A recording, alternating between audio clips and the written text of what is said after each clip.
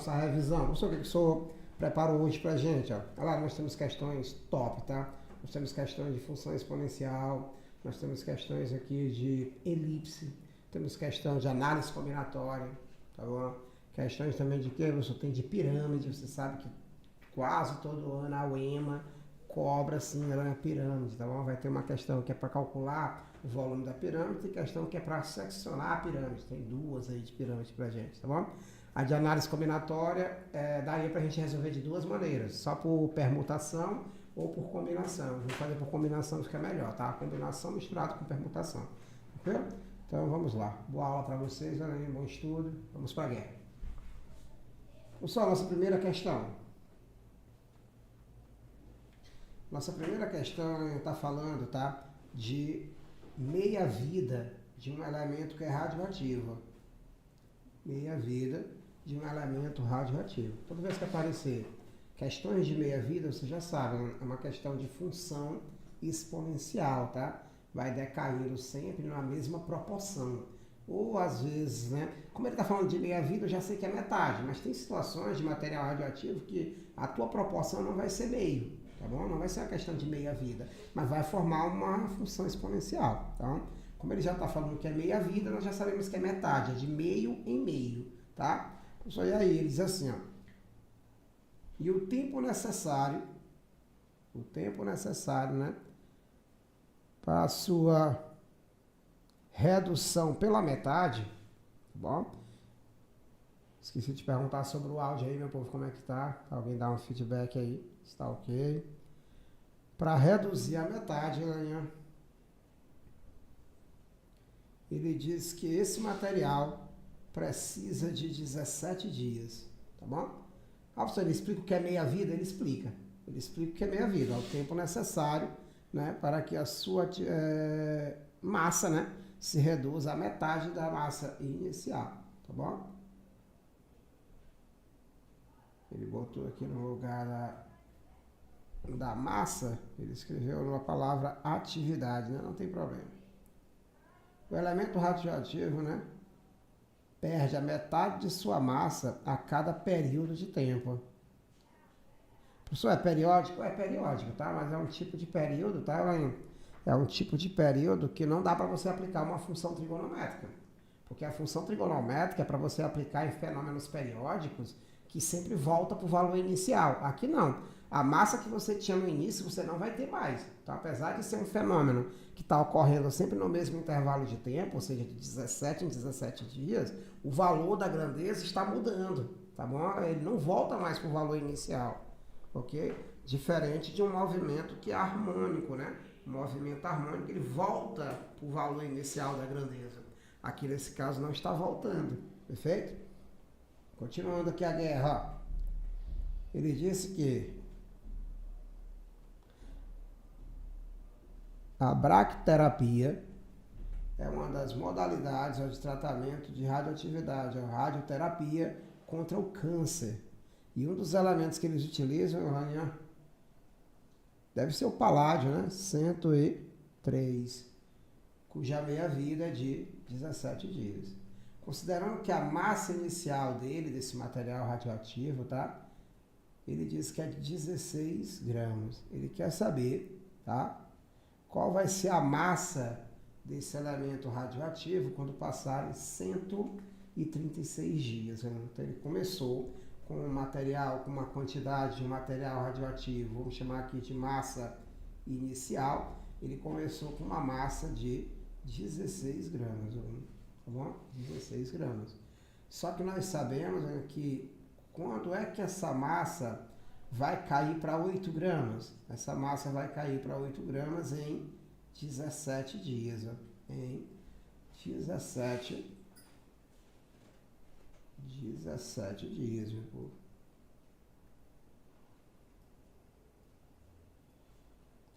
Esse é o período da meia-vida, tá bom? Então, quando você monta uma função exponencial do tipo quantidade final é igual a quantidade inicial vezes o exponencial, você tem que entender que esse x, ele é o número de períodos, tá? O expoente é o número de períodos, não vai vacilar, tá? É o número de períodos, tudo bem? Como assim número de períodos? Eu não sei o que significa isso, vou já explicar. Vou já explicar para vocês, tá? Vamos lá. Pronto. Professor, isso aqui é o quê? Quantidade final, aqui quantidade inicial. Não importa, tá, galera? Que quantidade é essa? Ok? Não importa. Professor, quanto é a nossa massa final? Ele quer que essa massa, né, do elemento radioativo, ele quer saber que massa você vai ter quando passar uma certa quantidade de tempo. E a massa inicial é quanta? 16 gramas. Só que a nossa base, isso aqui a gente não pode esquecer, tá? Da nossa função exponencial, ela é a proporção. Quem tem uma noção melhor aí de matemática, é como se fosse a razão da progressão geométrica, tá? Esse Azinho, essa base aí do nosso exponencial, ela é, na realidade, a razão da progressão geométrica. Então, como está indo de meio em meio, tu está multiplicando. Cada valor inicial, para encontrar um novo valor, você multiplica por meio. Então, nesse caso, por exemplo, de 16 para 8, você multiplicou por quanto? Por meio. Por isso que dá 8 gramas, tá? Tinha 16 gramas e foi para 8. Aí você vai multiplicar por meio novamente. Essa razão que você está multiplicando, essa proporção que você está usando, na realidade é a base da nossa função exponencial, tá? É a base. 4 gramas e assim por diante. Professor, então nossa base vale meio, você já conhecia a fórmula de meia-vida, só estou dando mais detalhes, tá? Você já conhecia essa fórmula. E o x é que às vezes o aluno se enrola, tá? Mas como é que se encontra o número de períodos, professor? É sempre pegando o tempo dividido pelo período. Tempo sobre o período é o nosso expoente da função exponencial, galera. Não, professor, o que é tempo, o que é período? Tem muita gente que vê aqui, por exemplo, esse 17, galerinha, e pensa que é o tempo. Não, a nossa questão, o 17 não é o tempo. O 17 é o período. Porque se o 17 fosse o tempo, quem é que seria o 136 gramas? Não é só porque tem unidade de tempo que na nossa interpretação, na nossa questão, vai ser o tempo, tá bom? Se ele diz que a cada 17 dias, tá bom?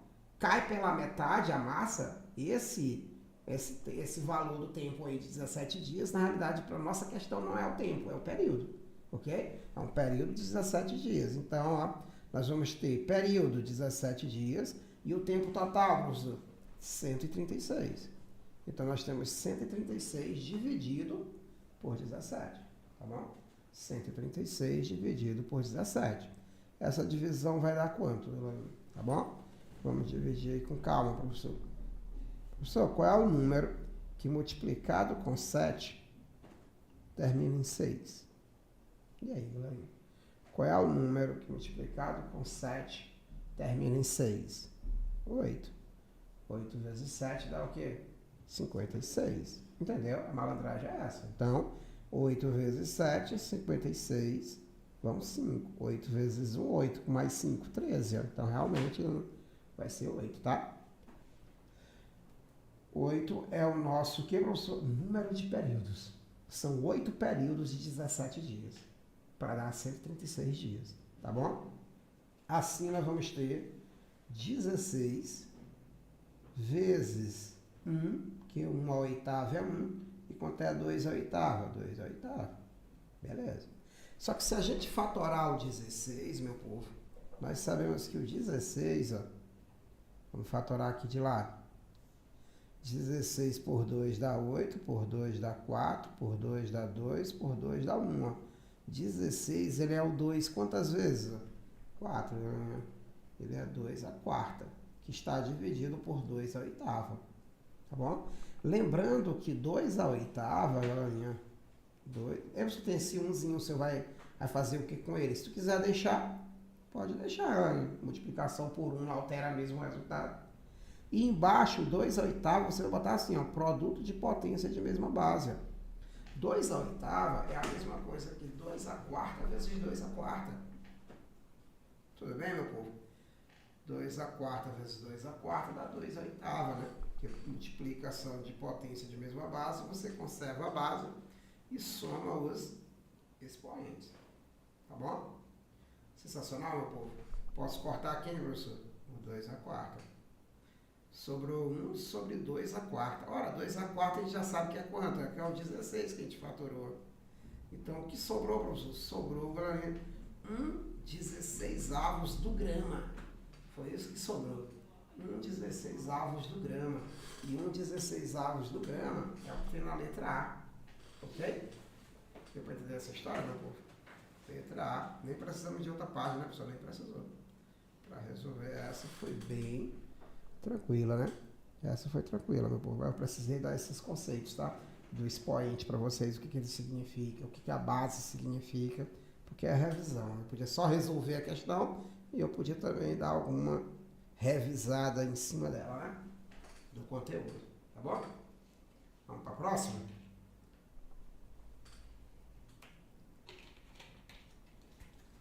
Vamos pensar um pouco sobre, vamos lá?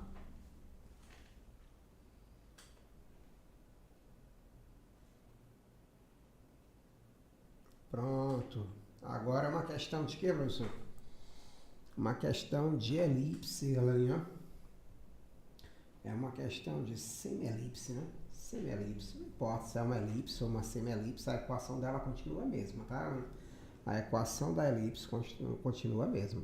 Eu costumo dizer que quem sabe, galerinha, a equação reduzida da circunferência também tem que saber a equação da elipse. Por quê, professor? Porque a equação da circunferência é só um caso particular da elipse, tá bom? A circunferência é só um caso particular da elipse. É quando o nosso semi-eixo menor e o nosso semi-eixo maior, tá bom? Eles ficam iguais a quem, professor? Ficam iguais ao raio, galera.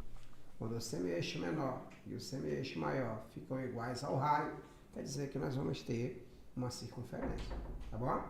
Muito cuidado. Mas eu não lembro, professor, como é que é a equação da circunferência, galera. Esquecer a equação da circunferência é equivalente a você esquecer o teorema de Pitágoras. Sinceramente. Esquecer a equação da circunferência é equivalente a você esquecer o teorema de Pitt. Teorema de Pitágoras. É sério isso? Pode observar na aula de circunferência. Vamos pensar aqui numa circunferência, para você lembrar. Pode pensar na circunferência. Na circunferência, qual é a primeira coisa que o professor faz numa circunferência para vocês, na aula de circunferência? A primeira coisa que ele faz, depois de colocar o plano cartesiano,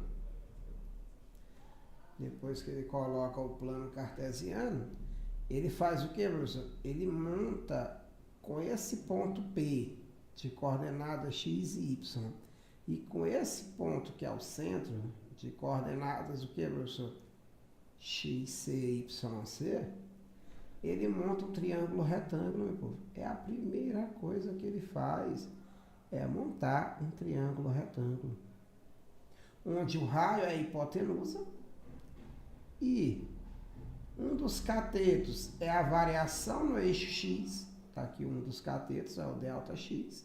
E o outro cateto, ó, é a variação no eixo Y, que é o famoso ΔY. ΔY. Então quer dizer que o ΔX é um cateto, o ΔY é outro cateto e o raio é a hipotenusa. Então a primeira coisa que o professor faz na equação da circunferência é montar um triângulo retângulo para você. Então esquecer a equação reduzida da circunferência é equivalente a ter esquecido o teorema de Pitágoras. Eu tenho certeza que quem está se preparando para o vestibular desde o começo do ano, ou há 2 anos, 3, nunca vai esquecer o teorema de Pitágoras, porque ele sabe que é fundamental, tá bom?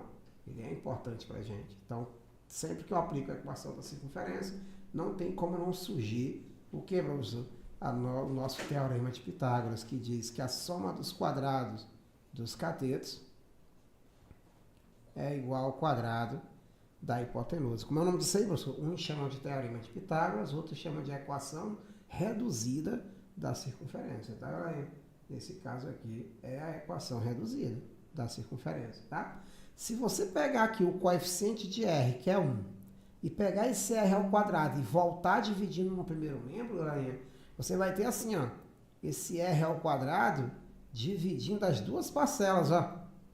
Esse R ao quadrado vai dividir as duas parcelas, meu povo. Eu jurava que esse r ao quadrado ia aparecer só uma vez. Se você quiser, não tem problema. Se você quiser botar só uma vez, pode. Está multiplicando, passou dividindo. Mas você sabe que soma de frações com denominadores iguais, você conserva o denominador. Então quer dizer que esse r ao quadrado, ele divide sim as duas parcelas, meu povo. Divide as duas parcelas. Onde que o senhor quer chegar, professor? Querendo te mostrar que realmente essa outra forma de escrever está correta. Tá bom? Ah, beleza, professor. E agora? E agora vamos pensar assim, galerinha. Antes, nós tínhamos uma circunferência. Beleza, professor? E se você pensar nas direções, direção que, professor? Horizontal e direção vertical, galerinha, os segmentos são do mesmo tamanho. Ou seja, aquele que está na direção X, está aqui embaixo de X, e aquele que está na direção Y, está embaixo de Y. Mas faz o seguinte, dá uma achatada nesse desenho, galerinha. Vamos dar uma achatada nesse desenho, observa. Quando você der uma achatada nessa figura, aquela direção horizontal que você chamava de R, a gente passa a chamar agora de semi-eixo maior, cara. Aquela direção vertical que você chamava de R também, agora a gente chama de semi-eixo menor. Ou seja, o que estava embaixo de X virou A, e o que estava embaixo de Y virou B. Na direção X e Y, a equação da elipse é você pegar a equação reduzida da circunferência. É você pegar a equação reduzida da circunferência e embaixo de X botar não o quadrado do raio, sim o quadrado de A. E embaixo de Y, não botar o quadrado do raio, botar o quadrado de quem? De B. Só assim, às vezes troca, né? É só lembrar, galerinha. Olha para esse eixo bem aqui, ó. Olha para esse eixo, galerinha. Pronto. Olha para esse eixo horizontal e vê se ali é o A ou o B. Se for o A, é o A que fica embaixo de X, porque é o X que fica na horizontal. Se fosse o B, é o B que ia ficar embaixo de X, entendeu? Não importa se a elipse está em pé ou se está deitada, não importa não, cara. Só quer dizer que se a elipse estivesse assim, ó. Vamos lá. Como é que seria a equação da elipse se ela estivesse assim, professor? Em pé, ó. Pronto. É só lembrar, hein? O semi-eixo maior é o A. O semi-eixo menor é o B. E quem é que está na horizontal? Quem é que está na mesma direção do eixo X? É o B? É. Então, embaixo de ΔX fica B ao quadrado. Olha aí. Ei, quem é que está na vertical? É o A. A, então, embaixo de ΔY ao quadrado é quem? É o A ao quadrado. Galera, as duas equações estão parecidas, pessoal. Não é que sejam parecidas, é porque uma sai da outra. Ou seja, a circunferência, a equação da circunferência, ela sai da equação da elipse. É porque vai ter uma hora que o A e o B são iguais, e eles são iguais ao raio. É que é o momento, ó, de você botar R e R, galerinha. É esse momento, cara. Aí a equação passa a ser o que você chama de equação reduzida da circunferência. Essa viagem, pois é, não tem no livro essa viagem, entendeu? Isso é uma interpretação que a gente faz. A única coisa que o livro pode dizer para você é que a circunferência é uma elipse de excentricidade zero. Ou seja, bem aí nessa informação ele já disse tudo. Ele já te disse que é um caso particular, entendeu? Ele já está te dizendo tudo, cara. Então vamos apagar essa viagem que eu fiz. Muito importante, tá bom? E vamos ver o que ele deu pra gente. Então não posso esquecer. Professor, e agora? Como é que eu vou fazer para lembrar? É isso, você vai ter que treinar pelo menos 3 ou 4 questões de elipse. Você nunca mais vai esquecer essa equação reduzida, tá bom? Nunca mais vai esquecer a equação reduzida, tá? Um arco, ó, em forma de semielipse. Eita, professor, agora lascou. O que é a semielipse? É a metade da elipse, né? Então tá aqui a metade de uma elipse. Ó. Vamos lá tentar fazer. Pronto, a metade de uma elipse, né? Tá bom? Certo, e agora? Se é a metade de uma elipse, pronto, tá aqui, uma semi-elipse. Agora eu vou pegar aqui na direção aqui da base dele, vou botar o eixo X, e bem aqui no meio eu vou botar o eixo Y. Por que, professor, que o senhor escolheu essa posição aí? Para que o centro, galera, seja 0, 0. A equação fica mais simples ainda. Para que o centro fique 0, 0. O que é essa linha bem aqui, professor? A altura da elipse é o B, é o semi-eixo menor. O que é essa base bem aqui, professor? Esse pedaço aqui é a metade da base, é o semi-eixo maior. Ah, isso aí, qual é a equação dessa curva? Aí lá vai, Helena. Vamos lá? Como é a equação dessa curva, meu povo? É delta x ao quadrado. Só, mas o centro não é 0? É, então tu já posso botar o x direto? Pode, ó. Se o centro for 0, você pode fazer assim, ó. X ao quadrado. Pode ou pode? Porque é x menos x do centro, né? Então, se o centro é 0, acabou. E aqui, professor, y ao quadrado.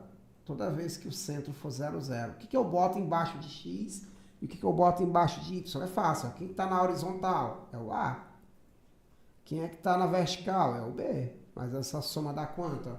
Essa soma vai dar 1, galerinha. Tá bom? Essa soma vai dar 1, cara. Show, professor. Vamos ver, então, quanto é a altura desse vão, professor? A altura é 3, ó. O B é 3. Quanto é o comprimento, professor? O vão horizontal é de quanto? De 8, Helena. 8 metros. Então, se é 8, quer dizer que o semi-eixo maior vale 4. É a metade, Helena, do eixo maior. Tá bom?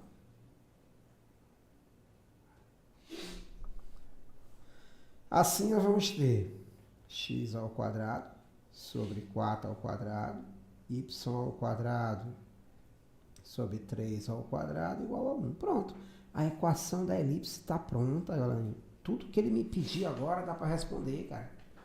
Só foi rápido assim? Foi, porque eu já te expliquei como era a ciência da coisa. De onde veio essa história? Lá da circunferência, né? Perfeito? Você só fez achatar a circunferência. Em vez de ser r ao quadrado e r ao quadrado, ficou a ao quadrado e b ao quadrado, cara. Agora, o que ele quer, professor? Ele quer o seguinte, ó. Ele quer que você pegue uma distância de 2 metros, uma distância de 2 metros, para a esquerda ou para a direita, tanto faz. Por que, professor, tanto faz? Porque pela simetria, tanto faz você pegar 2 unidades para a direita, ó, que é 2 metros, ou 2 unidades para a esquerda, vai dar na mesma altura. Ele quer saber isso, hein? Que altura é essa, entendeu? Vai dar na mesma altura. Ele quer saber que altura é essa. Quanto é o y quando o x for 2, ó. Quando o x for 2, tá vendo aqui, ó? 2 metros à esquerda ou à direita do centro. Então, tu já tem a equação e agora você já sabe que x é 2. O que nós vamos fazer? Substituir. E correr para o abraço. Tá bom? Vamos lá. Ficou então, professor, 2 ao quadrado sobre 4 ao quadrado, que é quanto? Ó? 16. Mais y ao quadrado, eu não sei quem é y, sobre 3 ao quadrado, que é 9. Tudo igual. Pronto. Bom, aqui eu sei que é 4. 4 sobre 16 mais y ao quadrado sobre 9 igual a 1. Pronto. Simplificando, meu povo, por 4 em cima e 4 embaixo. Simplica dizer que vai dar o que? 1/4 mais y ao quadrado sobre 9. Ei, passa esse 1/4 para o outro membro. Quanto é 1 menos 1/4, meu povo? 1 menos 1/4, ó. 1 menos 1/4, professor? 3/4. Não, não. Por quê, professor? Porque 4 vezes 1 é 4. 4 menos 1 dá 3. Tudo bem, meu povo? Multiplicando aqui meio pelos extremos, vai ficar y ao quadrado igual a 3 vezes 9 sobre 4. Como é que eu me livro desse expoente? Tirando a raiz. 9 quartos. Olha lá, quanto é a raiz de 9? 3. Quanto é a raiz de 3? É irracional. Quanto é a raiz de 4? 2. Então, a alternativa correta será 3, raiz de 3 sobre 2, que é o que está na letra E. Questão boa, tá vendo? Uma boa questão aí. Uma boa questão de elipse, tá? Mas bem próximo da prova, na última semana que a gente tiver essa revisão, eu vou colocar outra de elipse para você lembrar dessa equação, tá? Para você lembrar dessa equação. Tudo bem?